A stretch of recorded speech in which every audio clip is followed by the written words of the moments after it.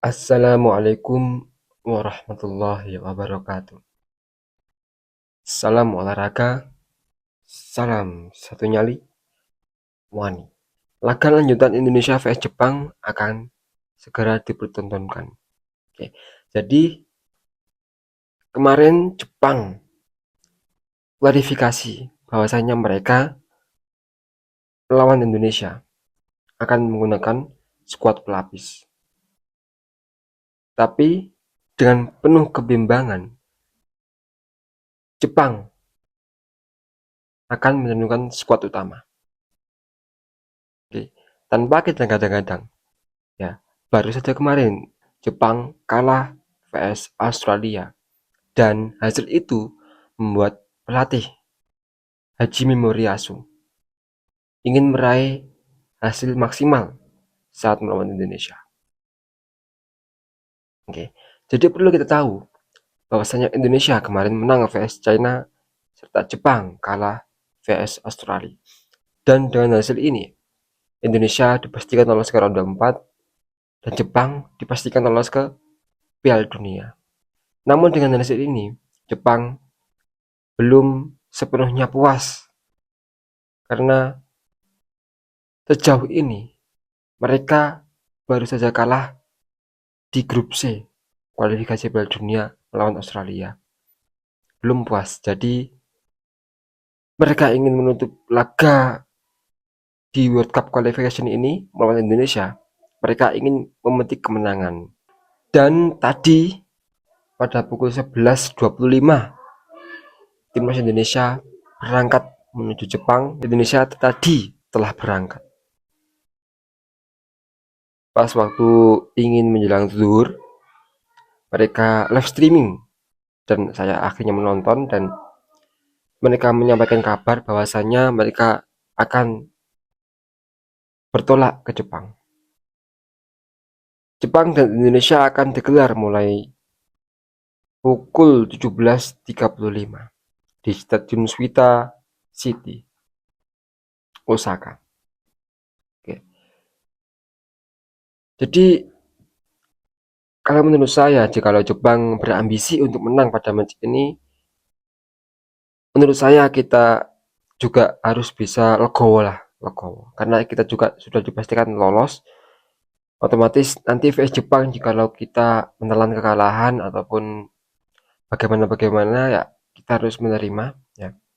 Karena bagaimanapun kita sudah lolos dan Jepang juga sudah lolos.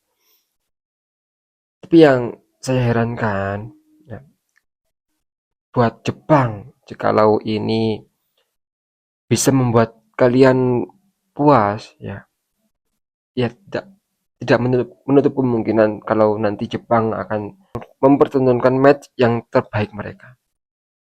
Tapi kalau menurut saya buat apa? Buat apa? Jepang sudah dipastikan lolos. Sedangkan Indonesia pun sudah dipastikan lolos. Ini kalau menurut para pengamat bola hanya match sebatas formalitas. Ya, grup C ini semua sudah formalitas semua di match terakhir ini.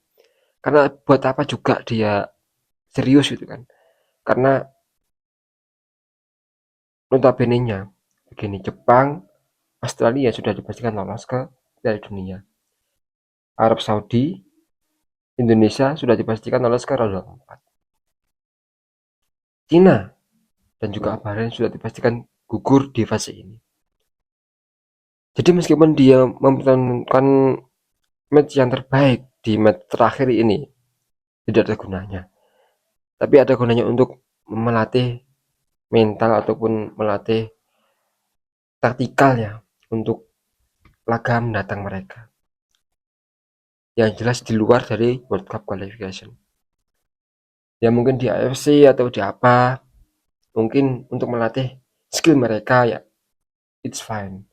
Tapi kalau Jepang ya masa harus melatih mental, harus melatih fisik atau melatih skill mereka untuk di match mendatang di AF apa ya, di Liga Korea, di Laga Korea apa ya namanya, kalau Indonesia kan AFC itu kan, Asian Football Confederation. Tapi kalau Korea itu apa? Asian Football, nggak tahu lah, EAF ya, nggak tahu juga.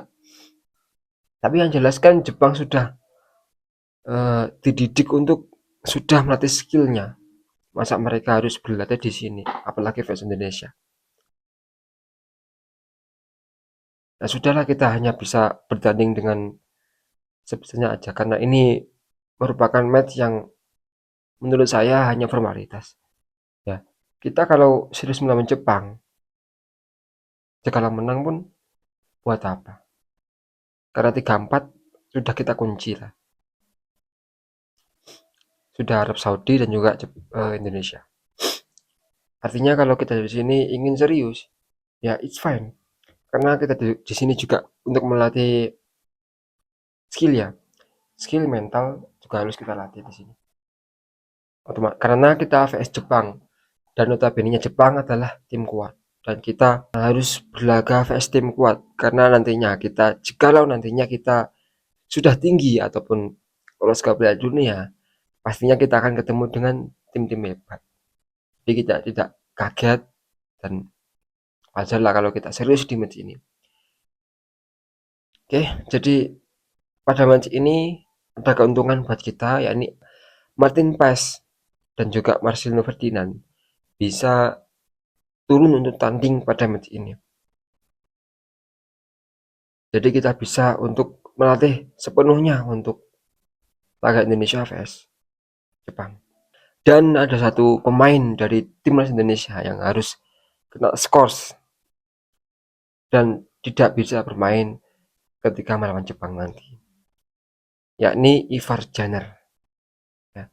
Ivar Jenner sudah mengoleksi 2 kartu kuning. Ya. Pertama ketika dia vs Cina pada match pertama kemarin di bulan 3 dan sekarang kembali kena kartu kuning ketika timnas Indonesia vs China di Stadion Utama Gelora Bung Karno. Dan dipastikan dia tidak bisa ikut, dia dan timnas Indonesia vs Jepang. Dia tidak bisa merasakan atmosfer melawan tim besar seperti Jepang. Tapi it's okay. Kita di sini tidak memburu kemenangan lagi. Kita di sini untuk melatih skill, terutama di situ. Karena mengingat sebentar lagi kita akan menghadapi AFC dan masih ada banyak laga-laga krusial di luar sana. Jadi fine kalau kita melawan Jepang, kita harus serius dan jikalaupun kita tidak bisa meraih hasil yang maksimal, kita tidak kecewa terlebih dalam.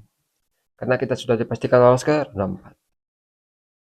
Kita di sini bermaksud melatih skill dan melatih mental. Bismillah.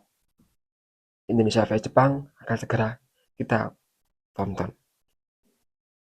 Sekian saja video saya kali ini. Jika ada salah kata, saya pribadi mohon maaf yang sebesar-besarnya. Dan jika kalian punya pertanyaan, kalian bisa cantumkan di kolom komentar. Saya tunggu pertanyaan kalian dan tunggu jawaban saya untuk menjawab pertanyaan kalian. Oke, see you next time and bye.